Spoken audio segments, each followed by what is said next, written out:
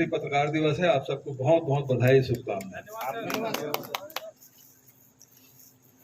लोकतंत्र का चौथा स्तंभ कहा जाता है और बहुत सारे दबाव में आप लोग काम करते हैं।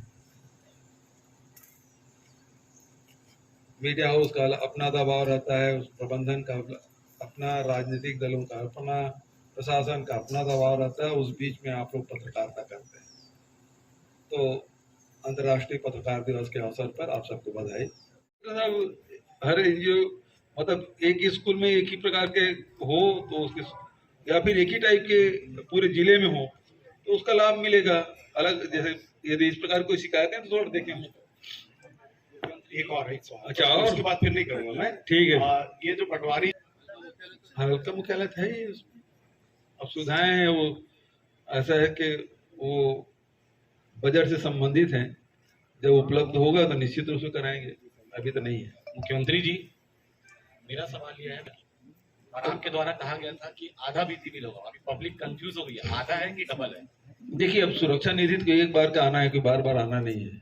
अब उसको एक बार भेज दिया गया है, लेकिन जहां तक कि बिजली बिल आधा की बात आपको बताऊं, अभी तक के राज्य शासन ने 42 लाख जो घरेलू बिजली उपभोक्ता है उसको करीब 2500 करोड़ रुपया हमने सब्सिडी दी है।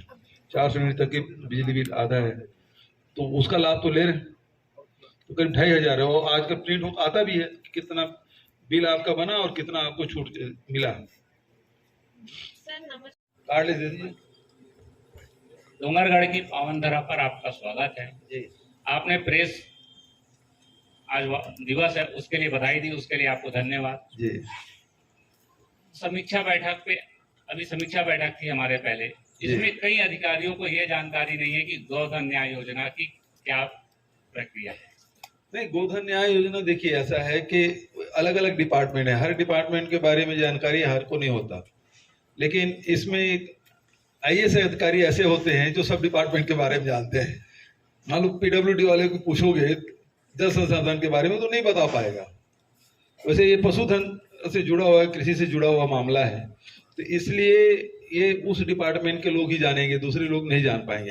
रीपा में जरूर सब विभागों का समन्वय बहुत जरूरी है। गोधन न्याय योजना में आप कर रहे हैं, उसमें भी कुछ विभागों का, मान लो पंचायत विभाग है, राजस्व विभाग है। जब जमीन लेना है तो राजस्व विभाग की जरूरत पड़ेगी। अब जमीन दे दिए उसके बाद उसकी भूमिका समाप्त हो जाती है। कृषि विभाग का यह है कि उसमें चारा का डेवलपमेंट करना है, क्योंकि चारागाह के लिए भी हमने जमीन आरक्षित की है, तो उसमें भी काम करने की आवश्यकता है। फिर पशुधन का है कि वेटनरी का है, ये डिपार्टमेंट देखेगी। और फिर इसको खरीदना अब सहकारिता से है तो उसको केवल खरीदी की काम करना है। वर्मी कंपोस्ट बन गया, भी हमको खरीदना है।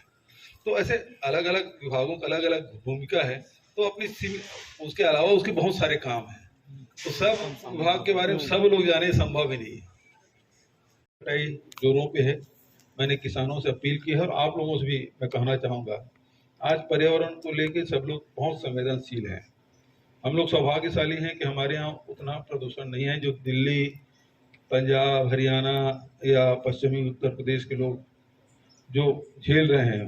वहाँ पर प्रदूषण इतना है कि दिन में भी आपको गेट के पास की चीज़ दिखाई नहीं देगी, इतना आपको धुआं भरा पड़ा है। स्मेल आप करेंगे तो उस स्मोक की गंध आपके नाकों में आई। तो इस प्रकार की स्थिति है और उसमें हम लोगों ने पैरादान करने के लिए अपील किया है किसानों से और उनको सम्मानित करने किसानों को सम्मान, जो पैरादान कर रहे हैं उसको सम्मानित भी करें, तो एक अच्छा वातावरण बनेगा। आप लोगों से अपील है कि इस पैरादान को कौन कौन किसान किए हैं, किस गांव में किए हैं।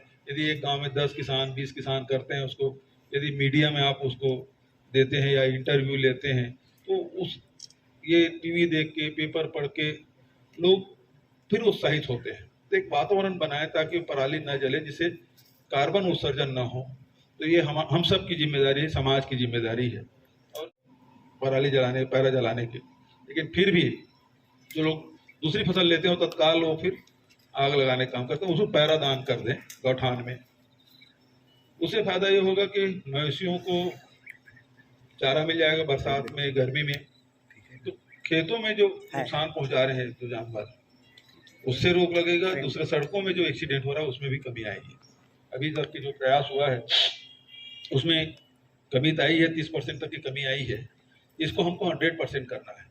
तो इसमें जब तक के आप लोगों को सहयोग नहीं मिलेगा, प्रशासन तो करेगा ही, किसानों को प्रेरित करने का काम मीडिया बहुत अच्छा से कर सकती है। तो इसको आप लोग इस अभियान को हाथ मिलें, और ये ज़्यादा 15 दिन का काम है, तो इस बीच में आप लोग थोड़ा सा मीडिया में उसको स्थान देंगे तो निश्चित रूप से एक अच्छा वातावरण बनेगा। ये मैं आप सबसे अपील करता हूँ। अब कितना जल्दी स्वीकृत करके भेजते हैं सिंधिया जी, वो देखने की बात है। सर एक चीज और है सर, डोंगरगढ़ में ना बहुत पुरानी मांग है सर, लाइब्रेरी नहीं है लोगों के लिए सर। और जैसे राजनांदगांव में ग्रंथालय खुला है, वैसे सर डोंगरगढ़ में भी एक ग्रंथालय खुल जाए तो सर बहुत अच्छी बात है। ई लाइब्रेरी होना चाहिए, बच्चों को पढ़ने की व्यवस्था होना चाहिए। बहुत अच्छी डिमांड है आपकी। प्रस्ताव भेजें कलेक्टर साहब इसका। राव जी नमस्कार। नमस्कार। ये धीरे यार काफी है क्या? राव जी मेरी बात कंप्लीट कर दो। हाँ हाँ, डोंगरगढ़ लोगों की मांग है कि डोंगरगढ़ अच्छा देख, नगर पालिका नगर पंचायत घोषित करना है तो कर जनसंख्या, नगर पालिका बनाना है तो कर जनसंख्या देखे जाते हैं, और उसने नगर निगम के, तो नगर निगम में कम से कम 1 लाख के आबादी हो तब बोले नगर निगम। और राजनांदगांव जैसे अभी 1 लाख की आबादी है, दुर्ग 1.25 लाख की आबादी है, तो इसने जब एक आबादी 1 लाख हो जाए तो आप लोग कहे की जरूरत नहीं पड़ी, इसने बना देंगे। ठीक है, नमस्कार। चल रहा है इस साल फसल बहुत अच्छी है, लगभग 1 करोड़ 10 लाख मीट्रिक टन का लक्ष्य है। पिछले साल 98 लाख मीट्रिक टन हम लोगों ने खरीदा था। सीमावर्ती राज्य के सीमावर्ती जिला होने के कारण से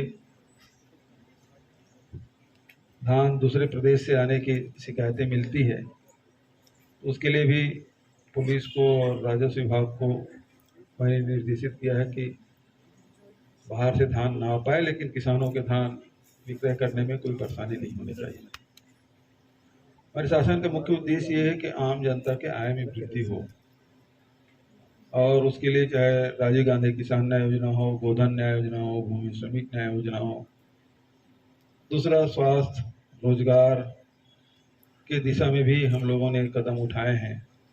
सब लोगों को सस्ता इलाज मिले, मुफ्त में इलाज मिले, हाट बाजार क्लिनिक योजना है, दायित्व क्लिनिक योजना है, श्री धन्वंतरी योजना है जिसमें सस्ती दर पर दवाई मिल सके। तो उस प्रकार की व्यवस्था का भी हम लोगों ने सीधा जायजा लिया है। कार्यक्रम में अभी तक के 42 विधानसभा हम लोगों ने कंप्लीट कर लिया है, और बस्तर, सरगुजा, बिलासपुर संभाग के कुछ जिले, अब दुर्ग संभाग के 2 जिले यहाँ भी कंप्लीट हो जाएगा। 3 जिला, कवर्धा भी हो गया, बालोद हो गया, राजनांदगांव भी होने जा रहा है। भेंट मुलाकात कार्यक्रम में मुख्य रूप से जो सारी योजनाओं के बारे में हम लोग आम जनता से सीधा सवाल करते हैं, उनकी जो अपनी समस्याएं हैं वो रखते हैं, तो समस्याओं का निराकरण भी हो जाता है, योजनाओं की जानकारी भी हो जाती है। अभी धान खरीदी चल रहा है पूरे प्रदेश में 1 नवंबर से। यहाँ भी सभी सोसाइटियों में खरीदी प्रारंभ हो चुका है। ऑनलाइन जो व्यवस्था किए हैं उससे युवा जो किसान हैं वो काफ़ी खुश हैं कि हमको वहाँ टोकन लेने के लिए लाइन लगाना नहीं। गांव की जो सड़क के किनारे कोई ज़मीन है उसमें रूरल इंडस्ट्रियल पार्क खोल दें, शेड बना दें, तो उसके लिए 2 करोड़ रुपये हर रिकॉर्ड के लिए हमने दिया है, ताकि ये पानी, बिजली, शेड की बिजली उपलब्धता उनको हो जाए और बैंक से लोन लेके वो अपना उद्योग शुरू कर सके। प्रयास हमारा यही है कि जो उत्पादन हो उसकी बिक्री भी हो। ऐसे चीज़ों को उत्पादन करें जिसका विक्रय प्रदेश के भीतर भी हो जाए, विभागों में जहाँ डिमांड है उसका उत्पादन हो, फिर प्रदेश के बाहर और देश के बाहर भी यदि उसकी डिमांड है तो उस प्रकार से हम लोगों को जोड़ना पड़ेगा। और बहुत सारे हम लोगों ने वैसे किया भी है, चाहे हमले बस्तर में जैसे इमली प्रोसेसिंग प्लांट है, मिलेट प्रोसेसिंग प्लांट कांकेर में है, तो इसका उत्पादन भी हो रहा है और देश और विदेश में भी इसकी डिमांड हो रही है। तो हम लोग चाहते हैं कि इस प्रकार से यूनिट हम लोग तैयार करें जो अपने यहाँ भी खपत हो, और फिर कुछ और ऐसी चीजें हैं जो दूसरे राज्यों में, दूसरे प्रदेशों में इसकी खपत हो। तो ये करीब 300 रूरल इंडस्ट्रियल पार्क 2 अक्टूबर को हम लोग ने इसके भूमि पूजन किया है। गतिविधियां संचालित है, कहीं वर्मी कंपोस्ट बना रहे हैं, तो वर्मी कंपोस्ट के साथ